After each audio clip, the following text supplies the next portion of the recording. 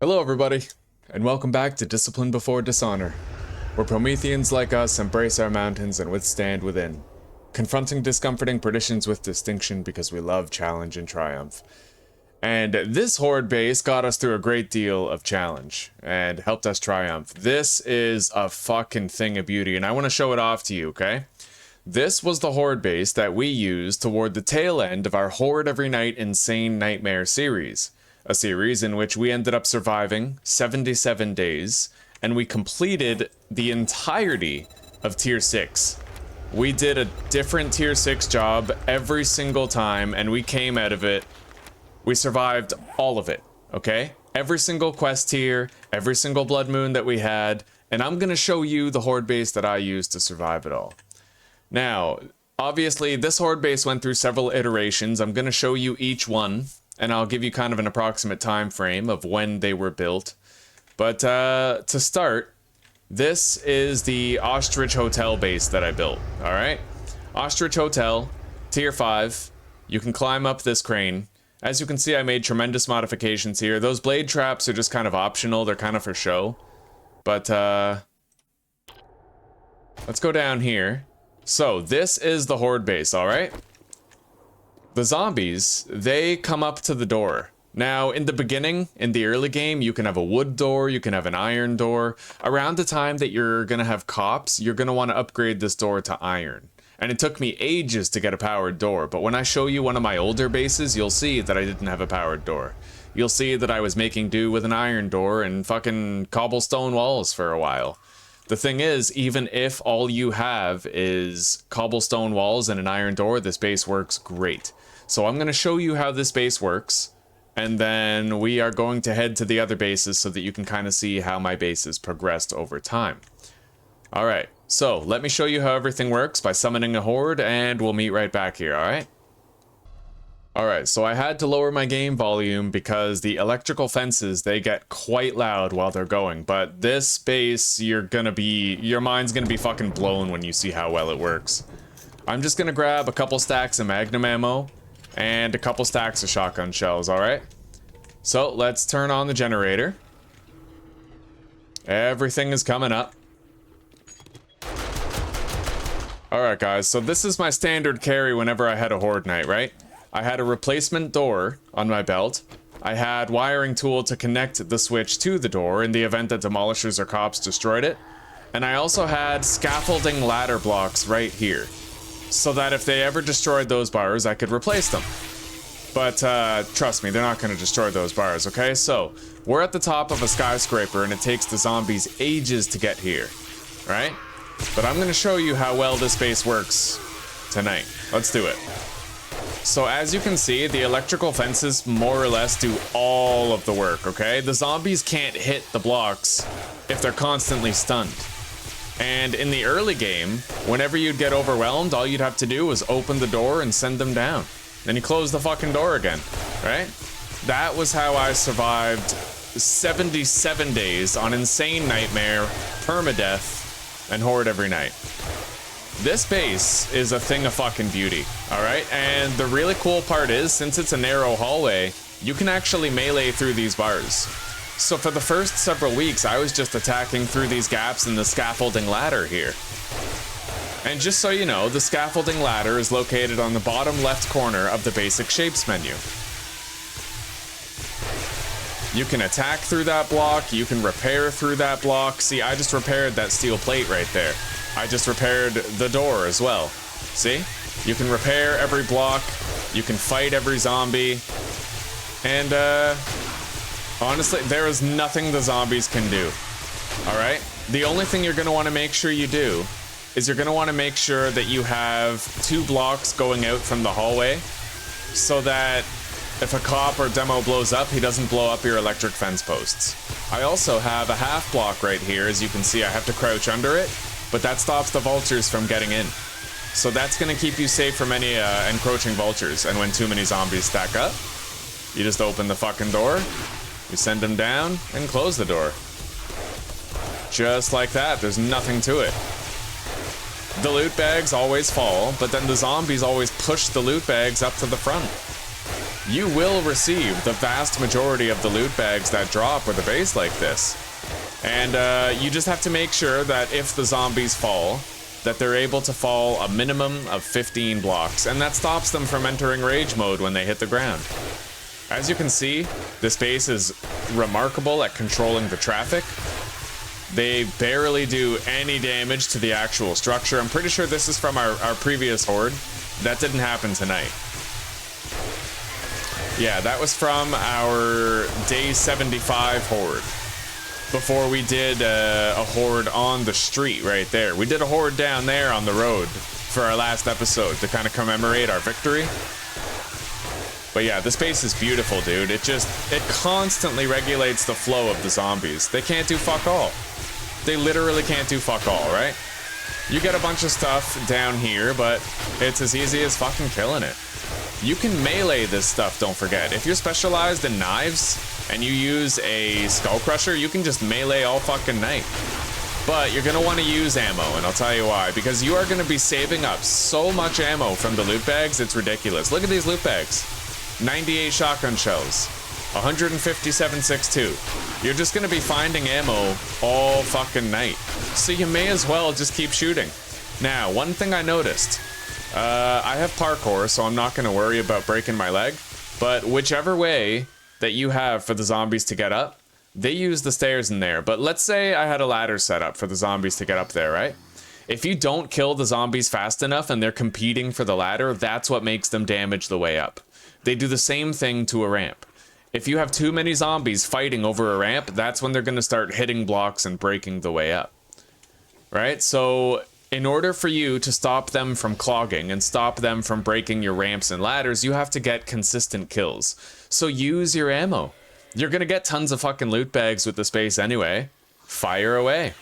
And one thing I did for a lot of the game was I used spears. And I was able to pierce enemies with my spear power attacks. And I was also able to fill up my stamina bar with each kill. Alright? So the machete also worked very well. I had a burning shaft mod on my machete, and I would set them on fire while also causing them to bleed simultaneously. And the electric blade the electric fence posts were doing a lot of the work for me, right? Keeping everything going. In my earliest iteration of this Horde base, I actually... Hang on. In my earliest iteration of this Horde base, I had spike traps stopping the vultures from attacking the roof. But when you upgrade far enough, when you get far enough, you can actually just have fucking turrets right here. I have SMG turrets repelling the vultures. And having a Horde every night, I got way more ammo than I ever knew what to do with, you know? Like, you never run out. Look at this, you never fucking run out. I have 4 chests just full of ammo. So that's it, guys. That's the Horde base. It fills up, you fucking let them down. It works just as well with a wood door and cobblestone on day 7 as it does with a steel door and steel on day 70. It's beautiful. The space is perfect. You just gotta set it up right. You gotta build it right. You want these wings on the side of the hallway so that any cop explosions will not damage or destroy your electric fence posts. And you just gotta come repair these once in a while. So your standard carry is just steel, iron, electrical parts, concrete, and cobblestone. And most of it, the concrete and cobblestone, you only need that just in case you have to replace one of those blocks. Like if they break one of your sets of bars, right, you go, look at that. Okay, I shut off the generator, so now they're chewing through, but as you can see, I turn it on. Now they're all stunned, they're not doing shit. I sent them all down with the door. Just like that. I let them damage the bars, but they never damage the bars as long as you have these electric fences active. It's beautiful, dude. It's fucking beautiful. Now, I am going to travel to my snow base and then to my desert base, and I'm going to show them off to you. Okay? Hello, guys. It's me again. Partway through editing this, I realized that I forgot to tell you something of critical importance. So, these scaffolding ladder blocks, useful as they are, there's a catch that you need to know about. One side can be climbed. The other side cannot. So if I place this, watch. I am able to climb over them on that side over there, the other side. But if I try to climb them here, it doesn't work. You want that side that can't be climbed where the zombies are. Okay, so the zombies, my fighting position right here, if you look at it, I am able to climb up this. I'm able to climb it.